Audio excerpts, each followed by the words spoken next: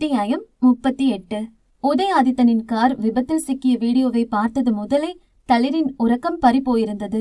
தலை முதல் கால் வரை அவசரமாக அவனை அலசியவளின் மனம் மெல்ல ஆசுவாசம் கொண்டது. ஒரே நாளில் அவர்களின் வாழ்வை சரத் புரட்டி போட்ட பின்னர் தளிருக்கு அவனிடம் பேச எத்தனையோ இருந்த போதும் அவனை கண்ட நிறைவில் வார்த்தைகள் சட்டென வசப்பட்டு விடவில்லை.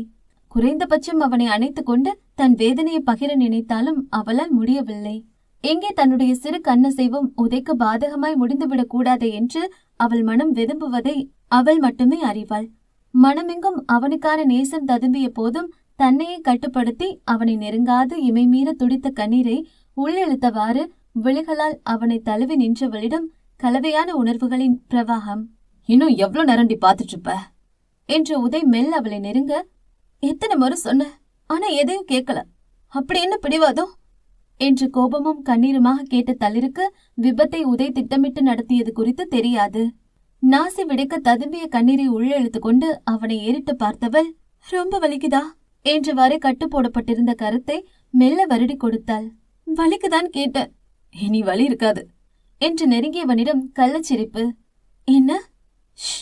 எதுவும் பேசாத என்று அவள் இதழ்களின் மீது ஒற்றை விரல் வைத்து தடுத்தவன், உனக்கு மட்டும் இல்ல எனக்குமே உன்னை ஃபீல் பண்ணும், இறுக்கமா கட்டிக்கோ என்றவளை மேலும் நெருங்கி நிற்க தளிர் அதிர்ந்து பார்த்தாள்.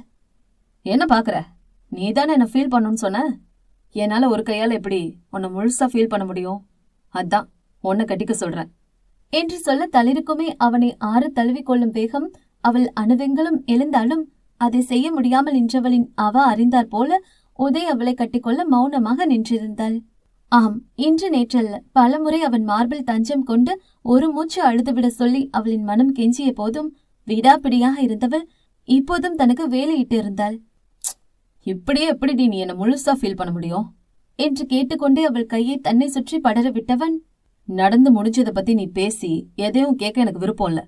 இந்த ஒரு நாள் நீ நான் மட்டுமே, வேற யாரும் வேண்டாம் என்று சொல்ல மெல்ல அவன் பேச்சு புரிந்தவள், எப்படி இவ்வளவு சாதாரணமா பேச முடியுது, நீங்க முதல்ல என்ன விடுங்க என்று தளிர் திமிர, ஷா ராட்சசி இப்படியாடி இடிப்ப என்று அலறினான். என்ன என்னாச்சு, சாரி என்று தளிர் அவனிடமிருந்து விலக பார்க்க, டோன்ட் மூவ் என்று அவள் தோளோடு கரம் சேர்த்து தன்னோடு இன்னுமே இறுக்கிக் கொண்டவன், நீ கொஞ்சம் அசைஞ்சாலும் எனக்கு வலி அதிகமாகும், அப்புறம் கை வைக்கும் குறையாது, இன்னும் அதிகமாயிடும். இப்பவே என்ன பெட் விட்டு இறங்கக்கூடாதுன்னு சொல்லிட்டேன் எங்க அப்பா, இன்னும் 1 மாசம் என்ன இங்கிருந்து அசையவே விட மாட்டார். எனக்கு உன்கிட்ட கொஞ்சம் பேசணும், சோ எனக்காக இப்படியே ரெடி பிளீஸ் என்றவனின் குரலுக்கு கட்டுப்பட்டவளால் சரத்தை எளிதாக தூக்கி எறிந்தது போல உதயை விளக்க முடியவில்லை.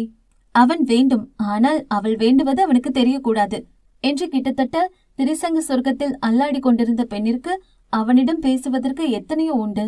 ஆனால் இந்த ஒரு நாள் அவன் கேட்பது போல எந்த கசப்பான விஷயங்களையும் நினைவுபடுத்தி அவன் இனிமையை கெடுத்துவிடக்கூடாது என்று அமைதியாக நின்றாள்.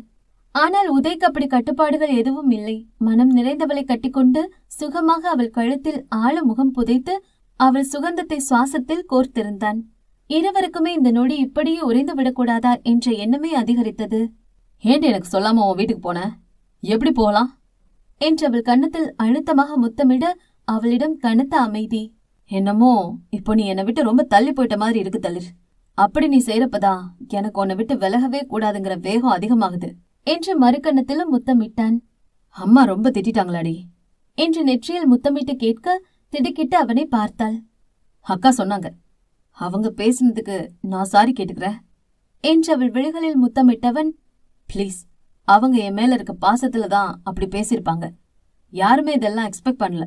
இன்னும் அவங்களுக்கு உன் பக்கம் இருக்கிற நியாயம் தெரியாது. கேஸ்ல ஜெயிச்சு உண்மை தெரிய வந்த பிறகு உன் மேல அவங்களுக்கு என்ன வருத்தம் இருந்தாலும் அதெல்லாம் நிச்சயம் போயிடும். பிளீஸ் டி, அதுவரை அவங்க பேசுறதெல்லாம் பெருசா எடுத்துக்காத என்று ஒவ்வொரு வாக்கியத்தையும் முத்தத்தோடு அவன் நிறைவு செய்ய தளிரிடம் மௌனம் மட்டுமே பதிலாக இருந்தது. சில நேரம் கோபத்துல ஆதங்கத்துல பேசுற வார்த்தைக்கு பெருசா அர்த்தமே இருக்காது தளிர், எந்த இன்டென்ஷனும் இல்லாம தான் அவங்க பேசியிருப்பாங்க, அதை பெருசா எடுத்துக்காத என்று தளிரை சமாதானப்படுத்தும் முயற்சியில் ஈடுபட்டவனுக்கு விஷம் தோய்த்த ஊசியாய் தளிரின் இதயத்தில் அவர்கள் இறக்கிய வார்த்தைகள் குறித்து முழுதாக தெரியாது. உனக்கு கோபம் இருந்தா என்ன அடிச்சுக்கோ என்று கன்னத்தை காட்ட இமை மூடி நின்றிருந்தவள் மனம் வேகமாக துடித்தது.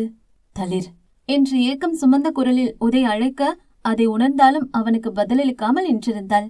கேட்கறது காதுல விழலையா, பதில் சொல்லுடி என்றவன் சட்டென அவள் கீழுதலை கடித்திட திகைத்து பட்டென கண்களை திறந்தாள் தளிர்.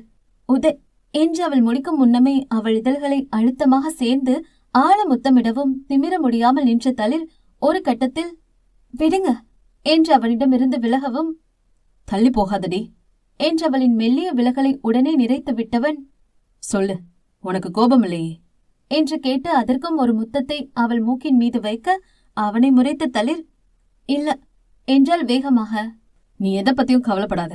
சரத் ப்ராப்ளம் 50% முடிஞ்ச மாதிரி தான். அதனால நீ ஒர்க் பண்றதா இருந்தா நான் அப்பா கிட்ட பேசுறேன், நீ ஜாயின் பண்ணிக்கோ. பட் ஷேடோ இருப்பாங்க உன்னோட சேஃப்டிக்காக. நிச்சயம் கேஸ் உனக்கு சாதகமாக தான் முடியும். உன்னோட கேஸ் முடிஞ்ச அப்புறம்தான் தாத்தா கிட்ட நான் பேச முடியும். அதுவரை பொறுமையாரு எனக்காக என்று நெற்றியில் முத்தமிட்டு சொல்ல ஏதோ மாய சூழலில் சிக்கிக் கொண்டிருப்பவள் போல அவன் பேச்சிற்கு இசைந்திருந்தாள் இளந்தளிர். தேங்க்ஸ் என்றவன் தன் நன்றியை மீண்டும் அவள் இதழ்களில் வடிக்க செல்லும் போது சரியாக அவன் அரைக்கதவு தட்டப்படவும் தான் தன் கைப்பிடியிலிருந்து தளிரை விடுவித்தான். தளிர் சென்று கதவை திறக்க அங்கே செவிலியர் நின்று கொண்டிருந்தார். வழக்கத்திற்கு மாறான நேரத்தில் அங்கே வந்தவரை கண்ட உதயின் புருவம் நெறிப்பட அவரும் 10 நிமிடங்கள் நிதானமாக உதயை பரிசோதித்துவிட்டே சென்றார். உடனே உமாவிற்கு அழைத்தவன், இது வழக்கமான நேரம் கிடையாதே, இப்போ எதுக்காக நர்ஸ் அனுப்பின உமா? இது யார் வேலை என்று சீறினான். உமா போனை ஸ்பீக்கரில் போட்டிருக்க, ஏண்டா நான் தான் அனுப்ப சொன்னேன், அதுக்கு என்னங்கிற என்று ராகவன் அதிகாரமாக கேட்க, டேய் நேரங்காலமே தெரியாம அனுப்புவியாடா? எங்களுக்கு தெரியுது, அதை உனக்கு ஞாபகப்படுத்ததான் நர்ஸ் அனுப்ப சொன்னேன். அது ஹாஸ்பிட்டல் ரூம், உன் பெட்ரூம் இல்ல. சாப்பிட்டாச்சுன்னா சீக்கிரம் என் தங்கச்சி அனுப்பி வை. இன்னும் சாப்பிடலடா, அவ இப்பதானே வந்தா. அடே என் தங்கச்சி வந்து 1/2 மணி நேரம் ஆகுது, இன்னும் சாப்பிடாம என்ன பண்ணிட்டு இருந்த நீ? அது சும்மா பேசிட்டு இருந்தோம் மச்சான். பேசிட்டு இருந்தியா? அப்ப கணக்கு? ஓ ஆமால, தேங்க்ஸ் மச்சான், நல்ல வேலை ஞாபகப்படுத்தின. இதோ கணக்கு பார்த்துட்டு சாப்பிட்ட பிறகு கால் பண்றேன், அதுவரை யாரையும் அனுப்பாத, புரியுதா என்று கடுப்போடு கைபேசியை அணைத்தவன் அதற்குள் தன்னிடமிருந்து நழுவி மேஜருகே நின்றிருந்த தளிரை முறைத்தான். பேசிட்டு இருக்கும்போது எங்க போற நீ? சாப்பாடு கேட்டீங்களே, வாங்க முதல்ல சாப்பிட்டுட்டு பேசிக்கலாம் என்று அவனை திசை திருப்ப அவனுக்குமே சரியான பசி. உடனே அங்கிருந்த சிறு மேஜை முன் அமர அவனுக்கு தட்டு வைத்து பரிமாறியவள், சாப்பிடுங்க என்று தண்ணீரை வைத்தாள். எப்படி சாப்பிட? அச்சோ சாரிங்க, நான் அவசரத்துல ஸ்பூன் எடுத்துட்டு வர மறந்துட்டேன், யார்கிட்டயாவது இருக்கான்னு கேட்டு பாக்கட்டுமா என்று தளிர் திரும்ப, எனக்கு ஒன்னும் சாப்பாடே தேவையில்ல, எடுத்துட்டு போடி என்று கோபமாக எழுந்து விட்டான். பசிக்குதுன்னு சொல்லிட்டு ஏன் எந்திரிச்சிட்டீங்க என்று தளிருக்கு அவன் கோபம் எதனால் என்று சுத்தமாக புரியவில்லை. நிஜமாவே உனக்கு இப்ப கூட எதுவும் தோணலையாடி என்றவனின் குரல் கரகரத்து ஒலித்தது. உதய் என்ன சொல்ல வரீங்க? நிஜமா எனக்கு புரியல. ஸ்பூன் வாங்கிட்டு வரட்டான்னு கேட்ட உனக்கு ஒரு நிமிஷம் கூட எனக்கு உரிமையா ஊட்டி வரணும்னு தோணலையா என்று கேட்க விக்கித்து போய் நின்றாள். என்னதான் மனதார உதயை கணவனாக வரித்திருந்தாலும் ஊரார் மத்தியில் அங்கீகரிக்கப்படாத பெயரில்லாத இவர்கள் உறவை இனியும் வளர்க்க அவள் விரும்பவில்லை. அதிலும் அவன் பேரன்பிற்கு ஈடாக கொள்ளை காதலை கொட்டிக் கொடுக்க வேண்டும் என்று ஆசை வானளவிருந்தாலும் அவன் மீதான உரிமையை எடுக்கக்கூடாது என்று தனக்கு தானே வேலையிட்டு தன்னுடனே போராடி கொண்டிருக்கிறாள். ஏண்டி நீ நினைச்சது என்கிட்ட வெளிப்படையா பேசாம ஏன் இப்படி இறுகி போயிருக்க? This is not good for you தளிர். என்ன விலகி போன்னு சொல்லாம உன் மனசு என்ன நினைக்குதோ அதை பேசு. எனக்கு இந்த தளிரை பிடிக்கல. நம்ம கல்யாண நாளுக்கு முந்தின நைட் மொட்டை மாடியில என்ன ஹக் பண்ணி குட் நைட் கிஸ் கொடுத்த தளிர் தான் எனக்கு வேணும். அவளை நான் தொலைச்சு ரொம்ப நாளாச்சு. ஏன் உனக்கு என்கிட்ட இந்த தயக்கம்? ப்ளீஸ் ஸ்பீக் அவுட் தளிர் என்று சொல்ல அப்போதும் அவனை அமைதியாக பார்த்திருந்தாள். ஏண்டி என்று உதய் அவளிடம் கேட்கும் முன்னமே அவன் முன்னே உணவை நீட்டினாள்.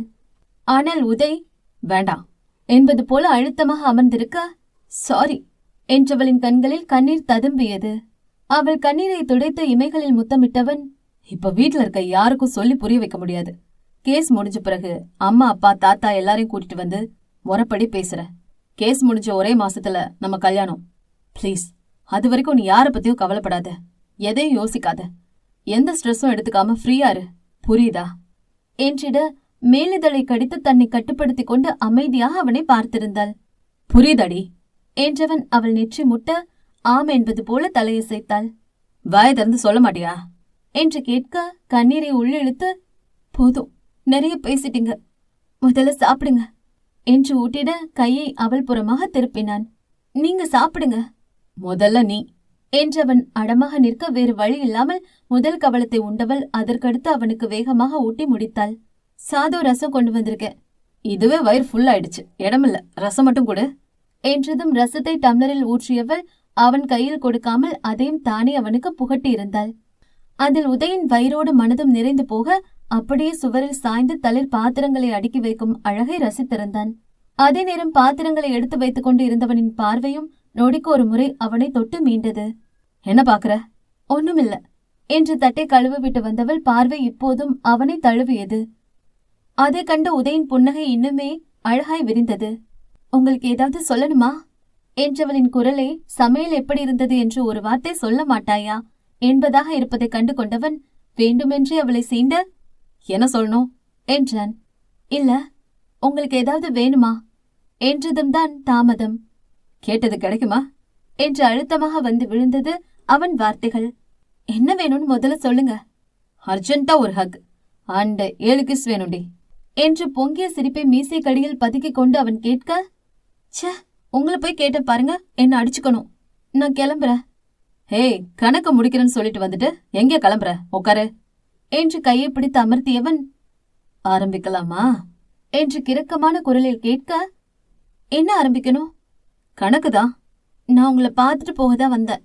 ஆனா நான் உன்னை கணக்கு முடிக்கதான் வர சொன்னேன். என்னால முடியாது. இது சீட்டிங். ஒழுங்கா கணக்க முடிச்சிட்டு கிளம்புடி என்று அவன் மிரட்ட, டைம் ஆச்சு, நான் கிளம்புற போங்க என்று தளிர் கிளம்ப முற்பட, ஹே நில்லுடி என்றவன் அவசரமாக எழுந்தவளின் இடையை பிடித்தெழுக்க, ஆ என்று அலறி இருந்தாள் தளிர். உதயாதித்தன் அவள் இடையை பிடித்தெழுத்ததில் அலறிய தளிரின் முகம் வலியில் சுருங்கவும், என்னாச்சு என்றான் பதற்றத்தோடு. ஒன்னும் இல்ல. தளிர், என்ன சொல்லு. சமைக்கும்போது சூடு பட்டுடுச்சு. எங்க என்றவன் அவள் கையை பிடித்து ஆராய, அங்கெல்ல என்று முணுமுணுத்தாள். வேறெங்க என்றவனின் விழிகள் தனக்காக சமைக்கப் போய் காயம் பட்டதில் பரிதவித்து அவள் கரம் முழுக்க எங்கேனும் காயம் உள்ளதா என்று தேடியது. கையில இல்லங்க என்றவள் பதிலளிக்காமல் மௌனிக்க, அப்போதுதான் உதய் அவள் இடையில் கரம் பதித்தது நினைவு வர உடனே அவள் செயலியை விலக்கி பார்க்க அங்கே சூடுபட்டு சிவந்து போயிருந்தது. சமைக்கும் போது கையில முகத்துல எங்கேயாவது காயப்படும், ஆனா நீ இங்க எப்படி சூடு வச்சுக்கிட்ட என்று அவள் இடையை ஆராய்ந்தவனுக்கு எப்படி இது ஏற்பட்டிருக்கும் என்று புரியவில்லை. அது தென்றல் டேஸ்ட் பண்றேன்னு சொல்லி குக்கர் மூடி அவசரமா திறக்கவும் நான் அவளை தடுக்க போனதுல கையில இருந்த மூடிய தவறுதலா என் பக்கம் திருப்பிட்டா. அதுதான் இப்படி ஆயிடுச்சு. ஏண்டி, அவ டேஸ்ட் பார்த்தா என்ன? எதுக்கு உனக்கு இவ்ளோ அவசரம் என்று கடிந்தவனிடம், முதல் முறை அவனுக்காக சமைத்ததை முதலில் அவன் ருசி பார்த்து சொல்ல வேண்டும் என்ற தன் பேராசையை வாய்விட்டு சொல்ல முடியாமல் மீண்டும் மௌன கவசத்தை சூடிக்கொண்டாள். ஆயின்மெண்ட் எதுவும் போடலையா என்றவன் காயம்பட்ட இடத்தில் ஊதிவிட அவன் சுவாசத்தில் சிலிர்த்தவள், என்ன பண்றீங்க என்ற இடையே அவசரமாக சேலையால் இழுத்து போர்த்தினாள். ஹே, இப்படி காயம்பட்ட இடத்தை க்ளோஸ் பண்ணா எப்படி ஆறும் என்றவன் அவள் முந்தானை எடுத்து தன் கையில் சுருட்டு பிடித்து கொண்டு அவசரமாக உமாவிற்கு அழைத்தான். உதய், விடுங்க, நான் போறேன் என்று தளிர் அவன் கையில் இருந்த முந்தானையை விடுவித்தவாறு திரும்ப, நில்லுடி, என்ன அவசரம் என்று அவளை பிடித்து நிறுத்தியவன் நாற்காலியில் அமர்ந்து, என்னாலதானே உனக்கு காயமாச்சு, அப்ப நான் தானே சரி பண்ணணும் என்று அவள் இடையில் மீண்டும் காற்றை இழுத்து ஊத அங்கே வந்து சேர்ந்த ராஜி மகன் செய்து கொண்டிருந்த காரியத்தைக் கண்டு அதிர்ச்சியில் உறைந்து போனார். வாங்க வாங்க ராஜிமா, சரியான நேரத்துக்கு தான் வந்திருக்கீங்க என்று அழைத்தவன், இங்க பாருங்க, எனக்கு சமைக்கிறேன்னு சொல்லி எப்படி சுட்டு வச்சிருக்கா என்று தளிரின் இடையை பிடித்து அவருக்கு காண்பிக்க விழிகள் தெறிக்க நின்ற ராஜிக்கு உள்ளே காந்தியது. ராஜிக்கு இப்படி என்றால் தளிருக்கோ நெருப்பில் நிற்பது போல் இருந்தது. சாதாரணமாகவே காரணம் தேடிக் கொண்டிருப்பவர்களுக்கு தொக்காக வாய்ப்பை கொடுத்திருப்பவனை இழுத்து பிடித்து கன்னத்தில் 2 வைத்தால் என்ன என்ற நிலையில் இருந்தவள், விடுங்கன்னு சொல்றல்ல என்று அவன் கையை தட்டிவிட்டு நகர, நில்லடி என்று ராஜி எதிரிலேயே அவளை தன் கைவளைவில் கொண்டு வந்தவன், அவங்கள என்ன பாக்குற என்று தளிர் ராஜியை பார்ப்பதைக் கண்டு, ஓ, ராஜிமா என்ன நினைப்பாங்கன்னு யோசிக்கிறியா என்றவன் அவள் மௌனத்தை சம்மதமாக கொண்டு, இதோ பார் தளிர், கையில பட்டா என்ன, இடுப்புல பட்டா என்ன, காயமும் வலியும் ஒண்ணுதானே. இத பார்த்த பிறகும் நான் உதவாம போனாதான் அவங்க தப்பா எடுத்துப்பாங்க. அதை விட ஆபத்துக்கு உதவுறது தப்பா எடுத்துக்கிற அளவுக்கு அவங்களுக்கு சீப் மென்டாலிட்டி கிடையாது என்றவன், என்ன ராஜிமா, நான் சொல்றது சரிதானே என்று கேட்க வாயெல்லாம் பல்லாக, இதுல என்ன இருக்காதி, மனுஷனுக்கு மனுஷன் இந்த நேரத்துல கூட உதவலைன்னா எப்படி என்றார். கரெக்ட் ராஜிமா. அப்புறம் உமா கிட்ட பர்னல் கேட்டிருந்த, கொஞ்சம் என்னாச்சுன்னு பாருங்க, இல்லன்னா இந்த ஃப்ளோர்ல இருக்க சிஸ்டர் கிட்ட கேட்டு கொஞ்சம் சீக்கிரம் வாங்கிட்டு வாங்க என்று அவரை அனுப்பி வைக்க சாவி கொடுத்த பொம்மை போல அவன் குரலுக்கு கட்டுப்பட்டிருந்தார். விடுங்க உதய் என்று அவன் கைவளைவிலிருந்து விலகியவள், உங்களுக்கு அறிவே இருக்காதா? யார் இருக்கா எங்க இருக்கோன்னு எதுவும் பார்க்க மாட்டீங்களா? எப்பவும் இப்படிதான் செய்வீங்களா? இனி வரவே மாட்டேன், நான் கிளம்புறேன் என்று அவள் புடவை முந்தானையை இடையில் சொருகவும், ஹே நில்லடி என்றவன் அவள் இடையில் இருந்த முந்தானையை எடுத்து கையில் வைத்துக் கொள்ள, this is the limit Uday என்று அவனிடம் இருந்து முந்தானையை வாங்கிட அவள் கையை பிடித்துக் கொண்டவன், இதை கவனிக்காம விட்டா செப்டிக் ஆகும் கூட தெரியாத உனக்கு? நீ எல்லாம் என்ன டீச்சர் என்று கடிந்தவாறே நாற்காலியில் அமர்ந்திட, உங்க அக்கறைக்கு ரொம்ப தேங்க்ஸ், அதெல்லாம் இனி நானே பாத்துக்கிறேன் என்று தளிர் அவன் கையில் இருந்து முந்தானையை எடுத்துக்கொண்டு திரும்ப அவளிடையில் சூடாக பதிந்தது உதயின் உதடுகள். உதய் என்றவள் அதிர்ந்து பார்க்க, இதையும் கணக்குல சேர்த்துக்கொடி என்று சிரிப்போடு கண் சிமிட்டியவன் மீண்டும் அவளிடையில் அழுத்தமாக முத்தமிடவும் ராஜி வரவும் சரியாக இருந்தது. தேங்க்ஸ் ராஜிமா, இதை ஓபன் பண்ணுங்க என்று எதுவும் நடக்காதவன் போல அவன் இடது கையால் மருந்து எடுத்துக்கொண்டு அவளுக்கு மருந்திட செல்லவும் தான் சுயம் பெற்றவள் அவனை முறைத்து கொண்டே, நீங்க விடுங்க, நான் போட்டுக்கிறேன். ஆனால் அவள் வார்த்தையை உதய் மதித்தாள் தானே. சூடுபட்டிருக்குடி, எவ்வளோ எரிச்சல் இருக்கும் என்று வெண்மையான அவளிடையில் குக்கரின் மூடியின் தடம் சிவப்பு நிறத்தில் கன்றி போயிருப்பதைக் கண்டு, உனக்கு வலிக்கலையாடி? நீ எப்படி போட முடியும்? கொஞ்ச நேரம் அமைதியா நில்லு, இல்ல மடியில உட்கார வச்சு போட்டு விடுவேன் என்று உதய் மிரட்ட தளறி விடவும் ராஜிக்குத்தான் அதிக அளவு மகனின் பேச்சு திகிலை கிளப்பியது. ஆதி, நான் போட்டு விடுறேன்பா என்று மனமே இல்லாமல் ராஜி சொல்ல, இட்ஸ் ஓகே ராஜிமா, நான் எடுத்துட்டேன், நீங்க புடவை பிடிங்க, நானே போட்டு விடுறேன் என்று சொல்ல ராஜி அவள் புடவையை பிடிக்கும் முன், நான் பிடிச்சுக்கிறேன், நீங்க சீக்கிரம் போட்டு விடுங்க என்று தளிர் தன் புடவையை அவன் மருந்திட ஏகவாக பிடித்துக் கொள்ள, போட்டுவிட்ட உதய் மீண்டும் அங்கே உதடுகளை குவித்து ஊதிவிட்டவாறே, பாருங்க ராஜிமா, காயத்துக்கு மருந்து கூட போட விடாம இன்னும் சின்ன குழந்தை மாதிரி அடம் பிடிக்கிறா. எப்படித்தான் கல்யாணத்துக்கு அப்புறம் இவளை நீங்க சமாளிக்க போறீங்களோ என்றவாறே தளிர் மறுக்க மறுக்க இடையே ஒரு கையால் பிடித்துக் கொண்டு அவன் ஊதிவிட ராஜியின் காதில் புகை வெளிவராத குறைதான். ராஜிமா, உங்க மருமக எனக்கா சமைச்சிருக்கா, எப்படி இருக்குன்னு டேஸ்ட் பண்ணி சொல்லுங்க என்று சொல்ல அவர் முகம் அஷ்ட கோணலாகியது. என்ன பாத்துட்டு இருக்க, ராஜிமாக்கு வச்சு கொடு என்று சொல்ல அவளோ அமைதியாக நின்றாள். இருக்கட்டும் ஆதி, நான் இப்பதான் சாப்பிட்டுட்டு வந்தேன் என்று ராஜி மறுக்கும் முன்னமே தளிர் செய்திருந்த சிக்கன் ஃப்ரையை தானே எடுத்து ராஜிக்கு ஊட்டிவிட்டு, எப்படி இருக்கு சொல்லுங்க என்றான். கசப்பாக அதை விழுங்க முயன்றவரின் தொண்டைக்குள் அதன் ருசி அல்வா துண்டு போல வழுக்கிக் கொண்டு செல்ல அவரையும் அறியாமல் விழிகள் ஆச்சரியத்தில் விரிந்தது. சூப்பரா இருக்குல்ல ராஜிமா என்றவன் மீண்டும் ஒரு துண்டை எடுத்து ஊட்டிவிட இப்போது ரசித்து உண்டவர், நல்லா இருக்குப்பா என்றார். நெக்ஸ்ட் வீக் டிஸ்சார்ஜ் பண்ணிடுறேன்னு சொல்லிருக்காங்க தளிர், ஆனாலும் கட்டுப்பிடிக்கிற வரை எப்படியும் இன்னும் 1 month ரெஸ்ட்ல தான் இருப்பேன் என்று கட்டிய மனைவியிடம் சொல்வது போல உதய் அவளிடம் சொல்லிக் கொண்டிருக்க மகனின் இயல்பான பேச்சு ராஜியை வயிற்றில் புளியை கரைத்திருந்தது. நெக்ஸ்ட் வீக்ல இருந்து நீ ஸ்கூல் ஜாயின் பண்ணிக்கோ, உனக்கு அகாடமி டியூஷன் எல்லாம் வைண்ட் அப் பண்ண எப்படியும் நைட் 9 ஆயிடும்ல என்று கேட்க தளிருக்கு அப்படி ஒரு கோபம். ஆனால் அதை காண்பிக்க முடியாத நிலையில் நிறுத்திவிட்டவனை முறைத்து கொண்டு நின்றாள். ஓகே, நைட் நீ சீக்கிரம் டின்னர் முடிச்சிடு, நான் டெய்லி நைட் 10 மணிக்கு உனக்கு கால் பண்றேன், சண்டே வெளியே போகலாம் என்று சொல்ல பேய் அறைந்தது போல நின்றிருந்தார் ராஜி. ராஜிமா, ராஜிமா, சொல்லுப்பா. ராகவன் உமா ரூம்ல இருக்கிறதா சொன்னான், நீங்க அவனை கூட்டிட்டு கார் கிட்ட வெயிட் பண்ணுங்க, நாங்க ஒரு 5 minutesல வந்துடும் என்று சொல்ல, நீ எப்படிப்பா தனியா என்று ராஜி திணற, அதான் என் பொண்டாட்டி என்னோட இருக்காளே, அப்புறம் ஏன் உங்களுக்கு கவலை, நீங்க நான் சொன்னதை மட்டும் செய்யுங்க போங்க என்று சொல்ல ராஜி தளிரை தான் பார்த்தார். அவளோ தனக்கும் இதற்கும் எந்த சம்பந்தமும் இல்லை என்பது போல அமைதியாக உதயை பார்த்திருந்தாள். ராஜி கிளம்பவும், நீங்க யார் எனக்கு ஸ்கெடியூல் பண்ண? நான் தான் உங்களுக்கும் எனக்கும் எந்த சம்பந்தமும் கிடையாதுன்னு சொல்றேனே, அப்புறமே ஏன் அவங்க கிட்ட என்ன ஒய்ஃப்னு சொல்றீங்க என்று படபடவென பொறிந்திட, அப்போ உனக்கும் எனக்கும் எந்த சம்பந்தமும் இல்லையா என்று ஆழ்ந்த குரலில் கேட்க, இருக்கு, ஆனா இல்ல, ஐ மீன் கணக்கு முடிச்ச பிறகு என்று அவள் தடுமாற, அததாண்டி நானும் சொல்றேன், நீ கணக்க முழுசா முடிக்காதவர என் பொண்டாட்டி தான், அதுல எந்த மாற்றமும் இல்ல, நான் சொல்றத கேட்டுதான் ஆகணும், முடியாதுன்னா இப்பவே நான் கொடுத்ததெல்லாம் திருப்பி கொடு. பேப்பர் எடுத்துட்டு வந்தியா? என்ன பேப்பர் என்று அவள் சீர, அடி என்னடி இவ்ளோ அசால்ட்டா கேக்குற, கணக்கு வச்சுக்க சொல்லி உன்கிட்ட அடிஷனல் சீட்டோட கொடுத்தனே, அது எங்க என்றதில் அவன் சேட்டை பொறுக்காத தளிர் நெற்றியை பிடித்துக் கொண்டாள். எனக்கு கணக்குல ஒரு கிஸ் கூட குறைய கூடாது, பேப்பர் கொடு, கணக்கு எழுதி தர, உனக்கான அடுத்த சான்ஸ்ல ஐ மீன் கடைசி சான்ஸ்ல மொத்தமா கொடுத்துட்டு குட் பை சொல்லிட்டு கிளம்பு, நானும் எங்க வீட்டுல எனக்கு பிடிச்ச மாதிரி பொண்ணு பார்க்க சொல்லிடுறேன் என்றதும் தான் தாமதம் தளிர் கையில் வைத்திருந்த பாத்திரப்பை நங்கென்று உதயின் கால் மீதே விழுந்தது. என்று காலை பிடித்துக் கொண்டவனிடம், சாரி, கை ஸ்லிப் ஆயிடுச்சு, நான் கிளம்புறேன் என்று தளிர் பையை எடுத்துக்கொள்ள, ஹிப்ல கொடுத்ததோட சேர்த்து மொத்தம் 57. மறக்காம நோட் பண்ணிக்க என்று உதய் சொல்ல பதிலளிக்காத தளிர் வேகமாக சென்று காரில் அமர்ந்தவள் அவன் புறம் திரும்பவில்லை. ஆனால் உதய் விடுவதாக இல்லை. திறந்திருந்த கார் கண்ணாடி வழியே அவளிடம் பர்னாலை கொடுத்தவன், மறக்காம போடு, வீட்டுக்கு போனது கால் பண்ணு, டேக் கேர் என்று சொல்ல ராஜிக்கு ஒரே நாளில் அவர் கொண்ட அதிர்ச்சியில் நெஞ்சம் அதிவேகமாக துடித்தது.